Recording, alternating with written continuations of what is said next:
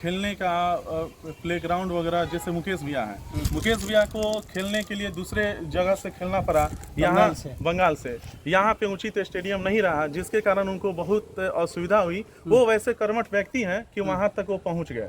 और मेरा ये है कि गोपालगंज से एक मुकेश नहीं, सैकड़ों मुकेश निकले। अच्छा, उठ खसोट की जाती है यहाँ। लोग नेता लोग सोचते हैं कि कब बाढ़ आए, आपदा आए कि उसमें कमाई मेरा हो। ऐसा मेरा नहीं है। मैं यहाँ का बेटा बन के और इस चीज़ को हमेशा के लिए समाप्त करने का प्रयास करूँगा। अच्छा, और जब से हमने देखा है यहाँ लोग ठगे गए हैं, कभी किसी मुद्दे पे कभी किसी मुद्दे पे, और काम धरातल पे हुआ नहीं है। और पहला मुद्दा यहाँ युवाओं के लिए है यूनिवर्सिटी। ये हमारे युवा समाज का हमेशा से डिमांड रहा है कि एक यूनिवर्सिटी होना चाहिए। उसके पीछे बहुत सारा रीज़न है यूनिवर्सिटी होने का। एक तो यहाँ उच्च स्तरीय पढ़ाई के लिए सबको ना तो देवरिया जाना पड़ता है, ना तो गोरखपुर उत्तर प्रदेश जाना पड़ता है, नहीं तो छपरा जाना पड़ता है, नहीं तो दूसरे राज्यों में। इसके कारण यहाँ जो गरीब बच्चे हैं वो पढ़ नहीं पाते हैं। यहाँ रहने से अच्छे से पढ़ाई भी होगी और युवाओं को लाभ। जमीन से ही जुड़ा हूँ, और जो भी लोकल लोग हैं हमको उस दिन भी देखे हैं जो हाफ पैंट भुइयाँ बैठना और नीचे थाली में खाना, और लोगों के बीच आज भी कहीं भी क्रिकेट खेलना, कहीं भी बैठ के खा लेना, आज भी ये करते हैं। हमारे डॉक्टर साहब जैसा कि अपने ही लोगों से कोरोना में बंद है दरवाजा, फोन नहीं उठेगा। हमारे गांव या अगल बगल किसी से भी जानकारी लेंगे तो मेरे स्वभाव, मेरे आचरण के बारे में सही जानकारी आपको प्राप्त। अभी हमारे साथ वीआईपी के गोपालगंज लोकसभा प्रत्याशी चंचल भाई हैं। चंचल भाई से जानने की कोशिश करते हैं जिस उम्र में इनको पढ़ना चाहिए, बिजनेस करना चाहिए, उस उम्र में जो है राजनीतिक में क्यों है। स्वागत है प्रेम। आपका भी स्वागत है और आपके जो भी सब्सक्राइबर हैं सबका स्वागत है। मेरा राजनीति में आने का मुख्य रीज़न ये रहा कि जब से हमने देखा है यहाँ लोग ठगे गए हैं, कभी किसी मुद्दे पे कभी किसी मुद्दे पे, और काम धरातल पे हुआ नहीं है। और पहला मुद्दा यहाँ युवाओं के लिए है यूनिवर्सिटी। ये हमारे युवा समाज का हमेशा से डिमांड रहा है कि एक यूनिवर्सिटी होना चाहिए। उसके पीछे बहुत सारा रीज़न है यूनिवर्सिटी होने का। एक तो यहाँ उच्च स्तरीय पढ़ाई के लिए सबको ना तो देवरिया जाना पड़ता है, ना तो गोरखपुर उत्तर प्रदेश जाना पड़ता है, नहीं तो छपरा जाना पड़ता है, नहीं तो दूसरे राज्यों में। इसके कारण यहाँ जो गरीब बच्चे हैं वो पढ़ नहीं पाते हैं। यहाँ रहने से अच्छे से पढ़ाई भी होगी और युवाओं को लाभ भी मिलेगा। अच्छा, ये तो आपका पहला मुद्दा हो गया। दूसरा मुद्दा क्या है? दूसरा मुद्दा है यहाँ रोज़गार का जो भी उद्योग छोटा बड़ा ज़्यादा से ज़्यादा लगाने का है। केवल वादा नहीं करना है, वादा करके सदन में हमको नहीं पहुंचना है। जी, हम नौजवान हैं और नौजवान वादा नहीं काम करता है। जैसे देखिए हमारे मुकेश सहनी जी, तेजस्वी जी, उन लोगों ने हमारे ऊपर भरोसा किया, उस वादा को हम पूरा करेंगे। और यहाँ के जो भी सामाजिक कार्य है बढ़ चढ़ के उसको पूरा हम करेंगे। अच्छा, गोपालगंज के जो इसके पहले सांसद रहे हैं जी, कोरोना काल हाल ही में बीता है जी, कोरोना काल में देखा गया तो जो सांसद है उनका भी नंबर स्विच ऑफ था, जबकि आम आदमी जो है अपने सांसद या विधायक को ही फोन करेगा, वो प्रधानमंत्री नहीं चुनता, अपना सांसद ही चुनता है। अगर क्या ऐसा परिस्थिति, भगवान न करे ऐसे, अगर क्या आता है तो क्या आपका भी मोबाइल बंद रहेगा? नहीं, ये बिल्कुल बात तो सत्य है कि जनता जो है अपना संसद ही चुनाव करती है, ना कि प्रधानमंत्री।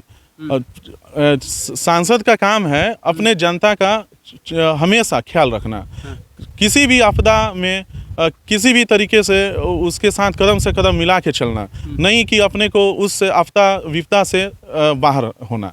गोपालगंज हर साल बाढ़ से डूब जाता है, हर साल गोपालगंज बाढ़ से डूबता है। उस बाढ़ में कोई, अगर देखा जाए वर्तमान के जो पिछले वर्तमान के सांसद या उनके पीछे सांसद जनक राम जी कुछ नहीं किए, लोगों को डूबने पे छोड़ दिए, मरने पे छोड़ दिए, आज भी वो लोगों को कुछ भी नहीं मिला है।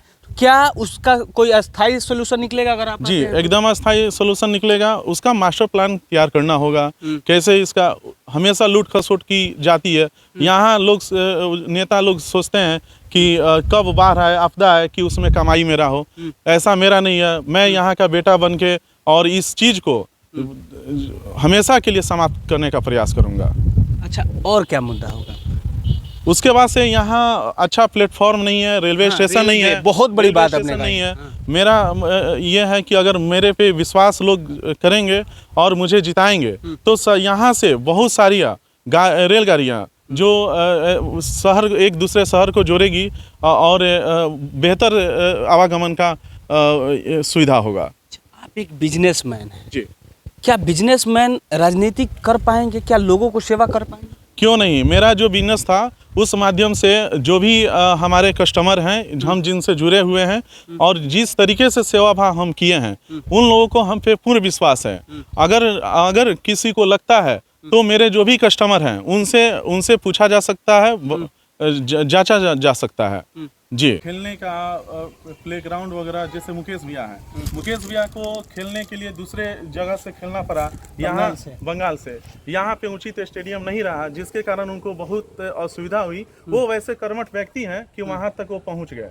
और मेरा ये है कि गोपालगंज से एक मुकेश नहीं, सैकड़ों मुकेश निकले। अच्छा, उसके लिए प्लान बनाया है? हाँ, उसके लिए प्लान बनाया है। अगर युवा मेरे साथी हमको साथ देंगे तो इस तरह का बहुत सारे प्लान गोपालगंज के लिए हम देंगे। देखिए, इनकी बहुत बड़ी सोच है, क्योंकि जब आप एक वीडियो वायरल होते हुए देखे होंगे, जब पटना में जो है रणजी मैच चल रहा था, उसी दरमियान जो है ये मैनुल हक स्टेडियम का फोटो और वीडियो वायरल हुआ, तो तुरंत कार्रवाई करते हुए तेजस्वी यादव ने निर्णय लिया कि खेल जो विभाग है उसको अलग किया और उसके साथ साथ खेल की जो सुविधाएं हैं हर जिले में जो है कोच दिए जाएंगे, अच्छा स्टेडियम दिया जाएगा। इसके लिए आप भी अलग से प्लान किए हैं? जी, मेरे नेता युवा हैं और युवा सोच के लिए युवा सोच के हैं। इसी भरोसा जताते हुए हमको यहाँ पे लाया गया और उन लोगों के मार्गदर्शन में जितना गोपालगंज का विकास होना चाहिए उससे बढ़ चढ़ के हम लोग करेंगे। अच्छा, और कोई है? हाँ, यहाँ पे जैसे क्या है, किसी को कोई भी घटना होता है, यहाँ सिस्टम बना हुआ है कि तुरंत रेफर कर दिया जाता है। यहाँ से गोरखपुर कोई प्राथमिक उपचार कराने के लिए जाता है, तुरंत उपचार करके अब भेज दिया जाता है गोरखपुर। रास्ते में जाते जाते मृत्यु हो जाती है, आकस्मिक कुछ ये हो जाता है। ये सब चीज़ें गोपालगंज के लिए हम करेंगे। अच्छा, मेडिकल सुविधाएं आप दीजिएगा? जी जी, मेडिकल सुविधाएं। अंत में जो क्या मूलभूत सुविधाएं हैं गोपालगंज के लिए, वो हर तरीके से हर आगे बढ़ के अगर जो भी करना हो हमको वो करेंगे। अच्छा, संसद विधानसभा में जो है आवाज़ उठती रहती है, क्या आप यहाँ से जाइएगा तो लोकसभा में आवाज़ उठाइएगा?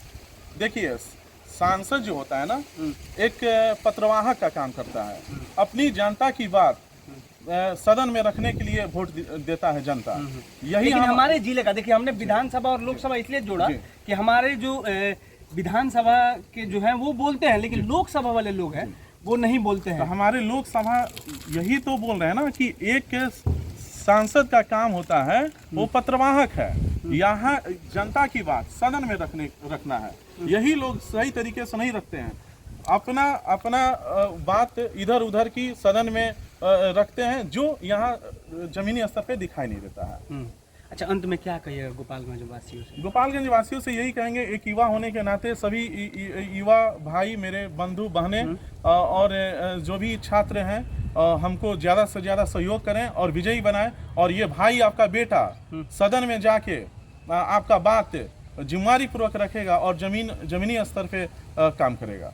जमीनी स्तर इतना बढ़िया कोट वोट पहने हैं, क्या नीचे बैठ पाइएगा? हम टाई बेल्ट वाला नहीं, मेरे इतिहास आपको नहीं पता है।